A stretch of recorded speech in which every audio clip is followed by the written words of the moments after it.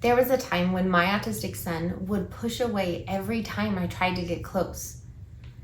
And I wondered what I was doing wrong until I realized that consistently every day I was putting these expectations on him for him to enter my world. And I wondered, when do I ever enter his world?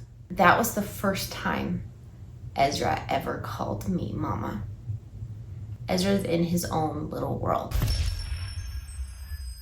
My son Ezra is 9 years old now. He's nonverbal, but he still can communicate. He communicates through an iPad by pressing buttons, and it speaks for him in his AC device. And then he also communicates through spelling, but it's only when he's very motivated. So there are these small moments when he communicates with us and he really connects with us. When he was a toddler, he didn't have that communication. I don't even think he knew that he could communicate. He would go into the corner and just cry. And I would come and try and figure out what was wrong. Did I need to change his diaper? Was he hungry? Was he thirsty? And then I found out he was just thirsty. So he grabbed the drink, the sippy cup, and would drink like crazy. I'm like, you're parched, you're really thirsty. Didn't you know you could come to me? Ezra's in his own little world. And now I realize, man, all I needed to do was to enter his world consistently to help him feel seen and heard. This was something that I didn't see when he was a toddler. And one time I was watching on TV and I saw this little news thing. I was very interested in it.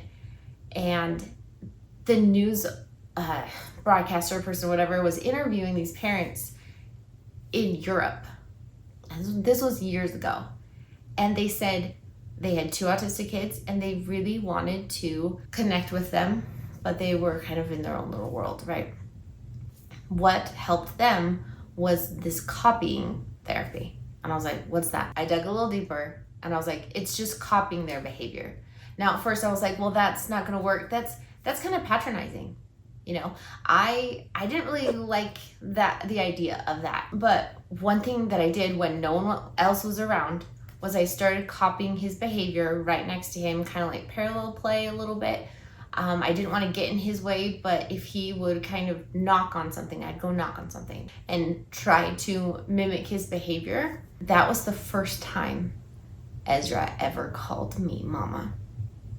The room was kind of dark and he was only 2 years old. And I just froze because I was just in disbelief of what happened. And I wondered what made the difference. And I know now that I have 2020, which is called hindsight, right? I can really see what had happened. I was copying his behavior and he felt seen. He felt heard, even though he can't talk. This is the reason why every autistic child, especially those who can't talk, but every child should have a parent caregiver enter their world consistently, because then it helps them feel seen and heard. And this is what this video is about. I'm going to share 12 tips for you to enter your autistic child's world. The first tip is observing your child's interests. That's where you start. If you're not used to this, if you're used to just doing therapy with him or her and trying to pull him or her into your world, I want you to stop, take a breath, and think about what they're interested in. A lot of times it's really obvious.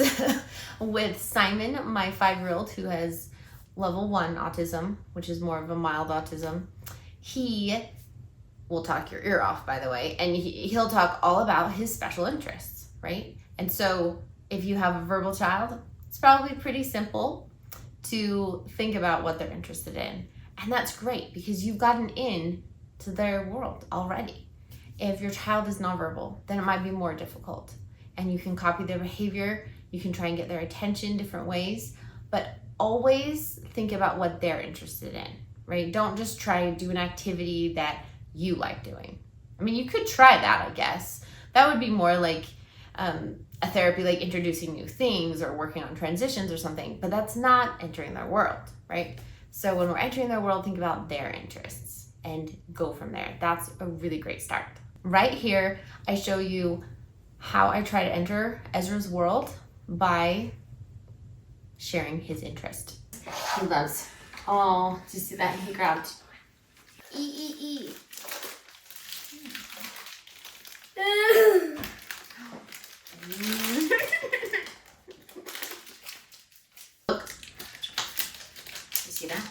Do a long good rip. Oh, that was a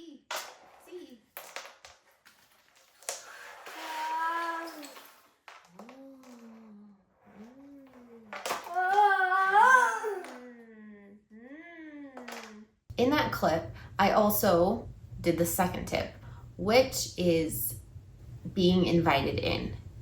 You don't want to barge in necessarily because you're entering someone else's world. Like, don't be rude. Don't barge in. You might need to knock and wait. And there's like a metaphor for let them lead and go at their own pace and don't barge in. That's my second tip.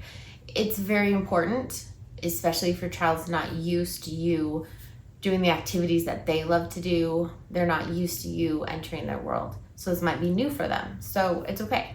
We talk a lot about this in the book that I'm writing called A Unique Normal. It's written for parents of autistic kids to help them find joy in the journey and really connect and build strong relationships with their autistic kids. So click the link in the description below and you can check out that book. The third tip is routines. Routines are very important to autistic people. They are. Even if that autistic person has ADHD, you can have that dual diagnosis, a lot of times routines are needed to be able to function better. And I've seen it in both of my kids, Ezra and Simon. So they are like different ends of the spectrum, right? They're very, very opposites in some way, which is kind of crazy that they both have the same diagnosis. Anyway, we'll do another video about that later. But they both thrive with routines. They both do. Ezra also has ADHD, so he likes novelty. Sometimes to help with that routine, we let him pick the routine. Maybe we can change up the routine a little bit. We let him say, okay, well, these are the things we need to get done, for bedtime routine or something. And here you go. What do you want to do next? Sometimes that really helps. It depends on his mood. It depends on how motivated he is. But when it comes to entering his world, if I have a routine of a time every day or a time every week or something of when I do this, then it can really help that child not be surprised by it. And as that becomes a routine, it will become more deeper because that child will get used to that routine. And so definitely put in routines with this. If you're just sporadically entering their world, you can still do that. And if that's what you need to do because of whatever reason, then that's okay, because there's lots of things in this world that you don't have control over, so it's okay. But keep routines in mind because they are really important to help bring anxiety down when children have a hard time when things aren't structured. So keep that in mind. 4 is a little bit like the second one. It's you let them lead. Not only do you need to make sure that you're invited in at the beginning, but throughout the whole time, let them lead. So if your child does something and you're like, that's kind of odd, or that's strange, and I don't know why they're doing that, let them lead. It's okay. Just as long as they're not hurting themselves, not hurting someone else, they're not hurting property, they're not damaging things, then sit back and let them lead. Don't take over and tell them how to put the puzzle together. Now, there are other times when that is okay to help them learn functional skills. And when you're doing therapy with them, there's a time and place for that. But right now, you are focused on entering your child's world so they can feel seen and heard. So don't take over. Let them lead. Number 5 is copy behavior. And I've got a really fun clip for this. I decided that I would copy Ezra and Simon's behavior. Now, they both had very different reactions. This is a really important tip. Like, this is the one I started with at the beginning because it's how we entered Ezra's world for the first time, is copying his behavior. I want you to watch this video and look for signs that Ezra shows that I've entered his world. And let me know in the comments, what did Ezra do? What was his reaction that shows that I succeeded? And maybe I didn't. Put in the comments if you think I didn't succeed either. Honestly, I would love to hear your feedback on this because especially if you're autistic, if you have experiences with autistic people, if you have friends or family members and you're like, I don't know about that, put it down in the comments and let's get some commentary going and engagement going, because really there are so many people that read the comments that don't comment. And if you're one of them, that's okay. Maybe this will be the first time you comment. See if in this clip that I'm gonna show, just a second, see if you can tell if I have entered Ezra's world.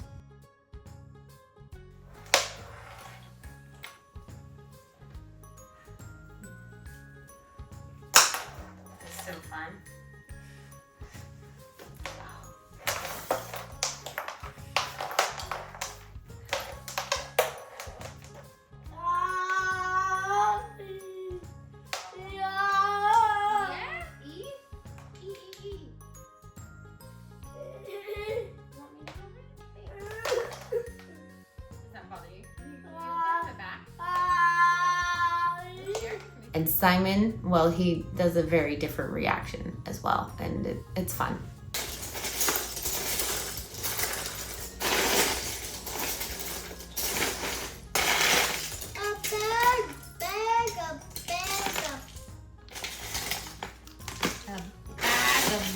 A bag of bugga. Is that a computer? No. Okay. Is that a book? It is a book. Chugga, chugga, chugga, chugga, chugga, chugga, chugga, And that's the Physics cup. Oh, it's the piston cup.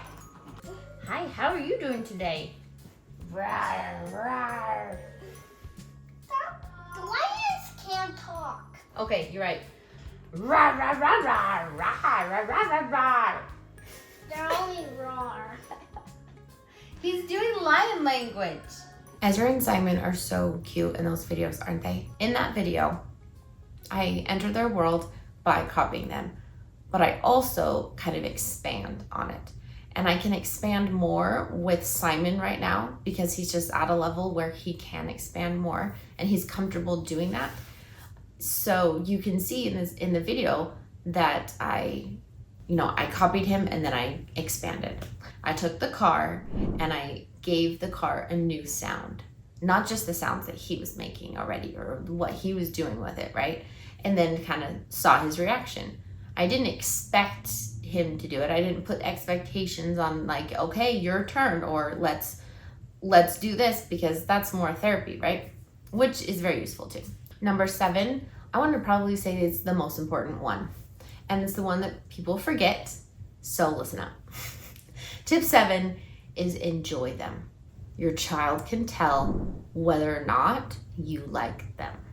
Now, I really strongly hope, and I have faith in, that you love them and that you show your love in many different ways, like taking care of them, making sure that they are safe, and helping them and supporting them and getting them the best that's out there, as far as support and help from teachers and therapists. But do they know that you want them in the room with you? Do they come into the room and go, oh, mom will be happier if I stay in my room? Do they feel liked, not just loved? That is important. Tip number 8 is when you are entering your child's world, try not to push them out of their comfort zone. Like I said before, there are plenty of other times when you can push your child to kind of lead them along little by little, incrementally, and help them gain more independence and autonomy in their life. Yeah, you gotta push them out of their comfort zone sometimes. It might be tempting because we're used to it, but leave them in their comfort zone and join them in their zone. Tip number 9 is sensory connection. I want you to connect with your child in some way that involves sensory input. It has to be sensory input that your child likes, obviously. Think about what they like to play with. Do they have fidget toys that they like? Simon really likes different sensory things. He's very sensitive to like smells, and so he will really like certain smells. So I invited him in here and I show this little clip and I just introduce little smells with him because I know that that's an interest for him sensory wise.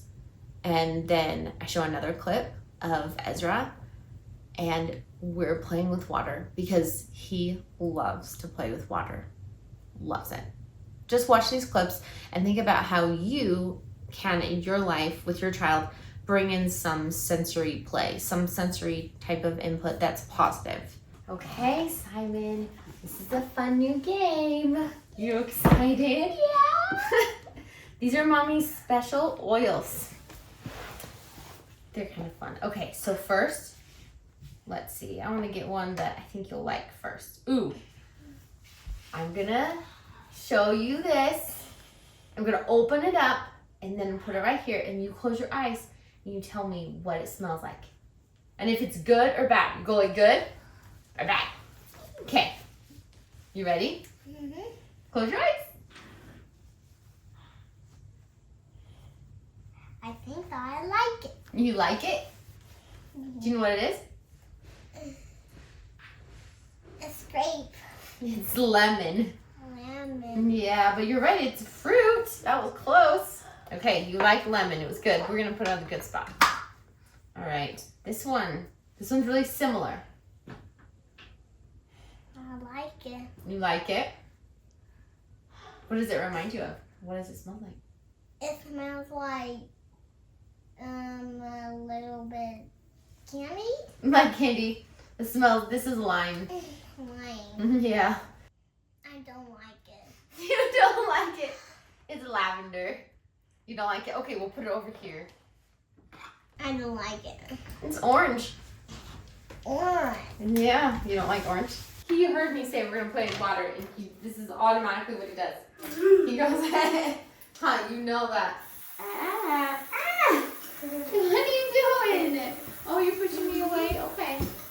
Pushing me away. I'm not invited in. I wonder if he's gonna invite me in at all.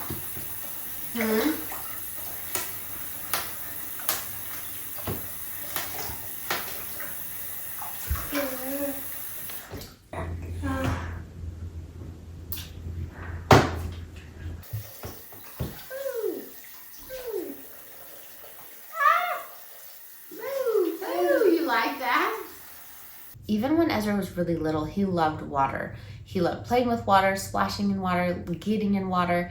And we noticed this especially when we went on a trip in an RV full-time. Yes, 7 people in an RV full-time. We put all of our stuff in storage. We did not have a house. And we traveled the whole United States, and we went to all the national parks in our RV. There were lots of places with water, and every time I knew Ezra would love it, and he did. This is just something that is his interest, and it's definitely something that helps regulate himself.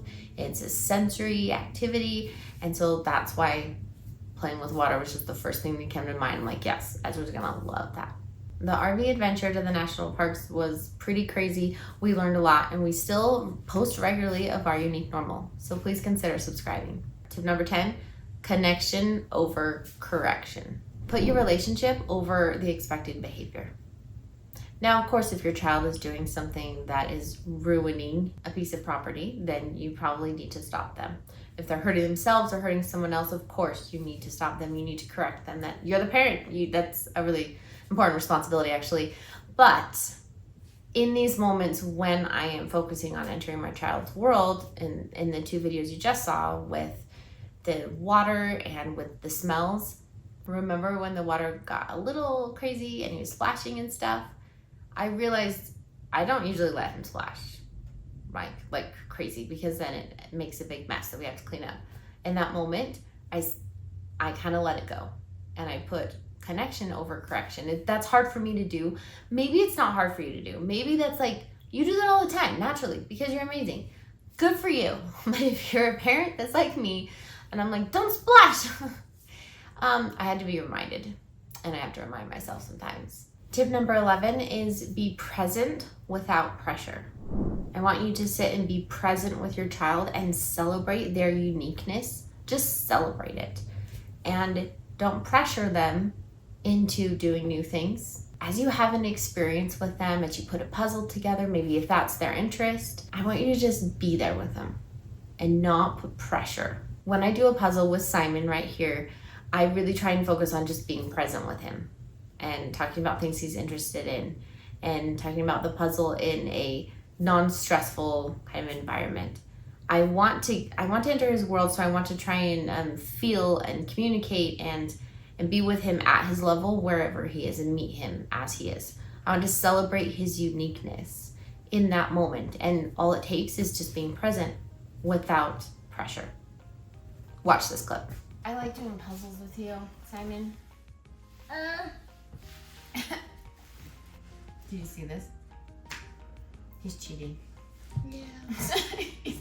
Simon, that's not how you do a puzzle. It's okay though.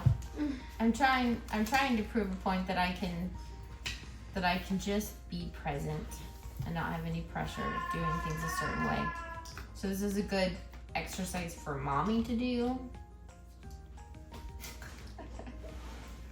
It's good practice for me. Look at all those states you're putting together. I was born in Texas. In Texas? Yes. My dad dropped me in test 6, and there's so many things in there, a little guide to tell me how to do that. Oh, I see.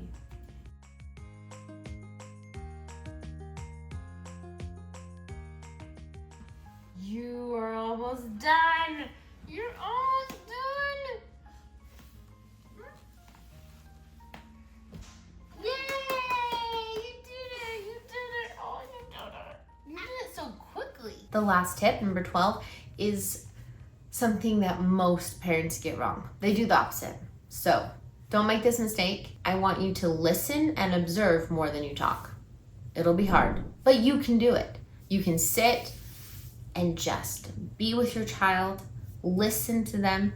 You can ask them questions to try and bring in, inspired questions to help bring in more of their input, their personal experience, their point of view. That's what you want to hear, and you want to see what it's like, as much as you can, what it's like for them, because they may be experiencing the world differently than you.